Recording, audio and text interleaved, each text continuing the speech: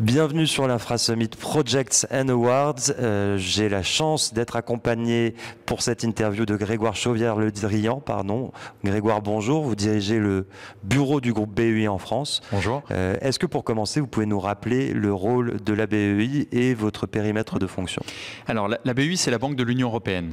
C'est une banque qui a été créée par le traité de Rome, qui a plus de 70 ans d'existence, et dont la finalité même est de financer des projets qui ont un intérêt pour l'Europe. Donc, ce sont des projets qui sont portés par des collectivités territoriales, par des entreprises, mais on accompagne aussi les intermédiaires financiers, les banques, les fonds d'investissement, pour qu'eux-mêmes puissent accompagner les entreprises ou les projets de plus petite taille. C'est une institution qui ne repose pas sur des transferts budgétaires, c'est-à-dire que nous ne consommons pas de financement des États. Nous émettons sur les marchés et puis nous prêtons ce que nous émettons quelque part. Donc c'est un modèle plutôt soutenable et qui fonctionne bien puisqu'on finance chaque année près des centaines de projets, plus d'une centaine en France. Et pour effectivement le territoire que je couvre à la tête du bureau français, ce sont un peu plus de 100 projets par an et près de 12 milliards d'euros d'investissement vers des projets variés avec des collectivités territoriales, avec des banques, avec des entreprises, des start-up, vers des priorités qui sont aujourd'hui les priorités de l'Union européenne.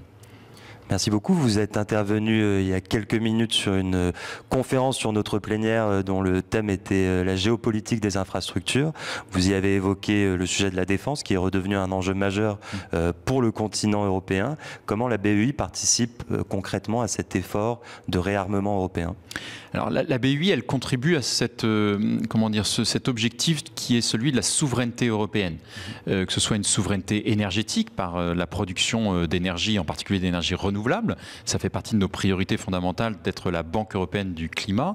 La souveraineté alimentaire, la souveraineté sanitaire et naturellement la question de la sécurité et la défense s'est posée à l'Europe depuis l'invasion de l'Ukraine, depuis 2022 et dans un monde, je dirais, multipolaire avec un certain nombre de menaces qui pèsent aujourd'hui sur l'Europe. Donc, la banque que je représente ne pouvait pas rester étrangère à ces sujets qui sont aujourd'hui partie intégrante du projet européen.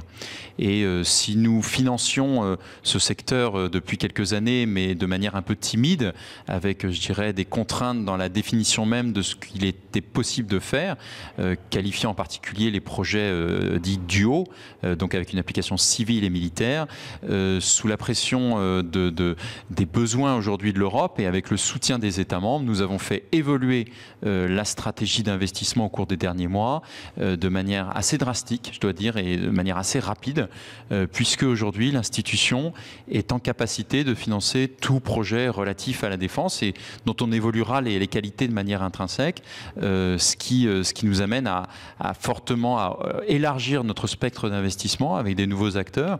On a financé il y a quelques semaines Thales sur le développement d'un radar qui aura des applications militaires et aéronautique.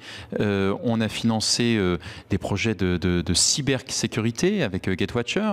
On a financé une entreprise du côté de Rennes qui s'appelle Kellabs qui favorise des transmissions optiques pour garantir la sécurité de la transmission de l'information, ce qui est très important notamment sur les sites militaires. Donc on voit qu'il y a un foisonnement d'entreprises, ou en tout cas il y a des besoins qu'aujourd'hui l'institution est en capacité, auquel l'institution est en capacité de proposer des outils de financement, ce qui n'était pas le cas il y a encore quelques mois, quelques années, dans la définition même de ce qui était possible de financer. Aujourd'hui, on est beaucoup plus ouvert, grâce encore une fois au soutien de nos États membres. Et puis, comme on ne peut pas financer tout seul, on a aussi accompagné les banques, les fonds d'investissement, pour qu'eux-mêmes puissent drainer des financements européens vers des entreprises de plus petite taille.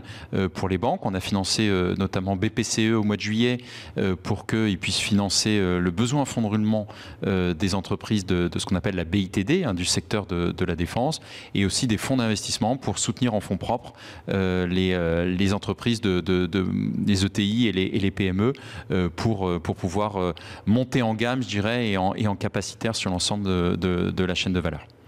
Grégoire, merci beaucoup d'avoir répondu à mes questions et merci d'avoir été avec nous aujourd'hui. Merci beaucoup.